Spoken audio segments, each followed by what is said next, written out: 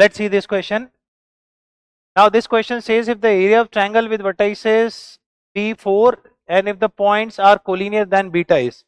So the concept used is collinearity, or we can say area plus area of triangle. अब area of triangle का formula हम use करते हैं, तो पहले एरिया ऑफ ट्रायंगल का फॉर्मूला यूज करते हैं हम 1 अल्फा 1, फिर अल्फा 0 1, फिर 0 अल्फा 1 इक्वल्स टू 4 है तो प्लस माइनस 4 कर देते हैं। तो यहाँ से क्या बनेगा हमारा, 1 को एक्सपांड लेके करेंगे तो माइनस अल्फा आ जाएगा, फिर माइनस अल्फा अल्फा हो जाएगा, ये 0 हो गया, ठीक है। माइनस अल्फा लेके करेंगे तो अल्फा हो जाएगा 0 हो जाएगा, लास्ट में हम 1 लेके करेंगे तो ये अल्फा स्क्वायर आ जाएगा प्लस माइनस 8 हो जाएगा। तो ये अल्फा स्क्वायर तो कट गया, अल्फा आ रहा है हमारा प्लस माइनस 8। अब हमें क्या कह रहा है, if the points are collinear then beta is.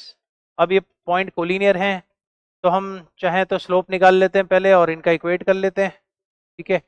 कुछ दिया हुआ अल्फा क्या हो सकता है, अल्फा का तो पता नहीं, चलिए आते हैं इसमें स्लोप निकालते हैं फिर इक्वेट करने की कोशिश करते हैं। ठीक है, और तो क्या करें, या तो डिटर्मिनेंट भी निकाल के किया जा सकता है, चाहे तो फटाफट डिटर्मिनेंट निकाल के 0 कर देते हैं। Alpha minus alpha 1 minus alpha alpha 1 alpha square beta 1 equals to 0। Area हमने 0 कर दिया, ठीक है। तो यहाँ से हमारा आएगा alpha alpha minus beta plus alpha minus alpha square, ठीक है, minus alpha square plus 1 minus alpha beta minus alpha cube. आ रही बात समझ में। अब इसको सिंप्लीफाई कर लेते हैं, तो alpha square minus alpha beta minus alpha square minus alpha cube minus alpha beta minus alpha cube equals to 0। ये कट जाता तो अच्छा रहता, बट अब क्या कर सकते हैं, नहीं कट रहा।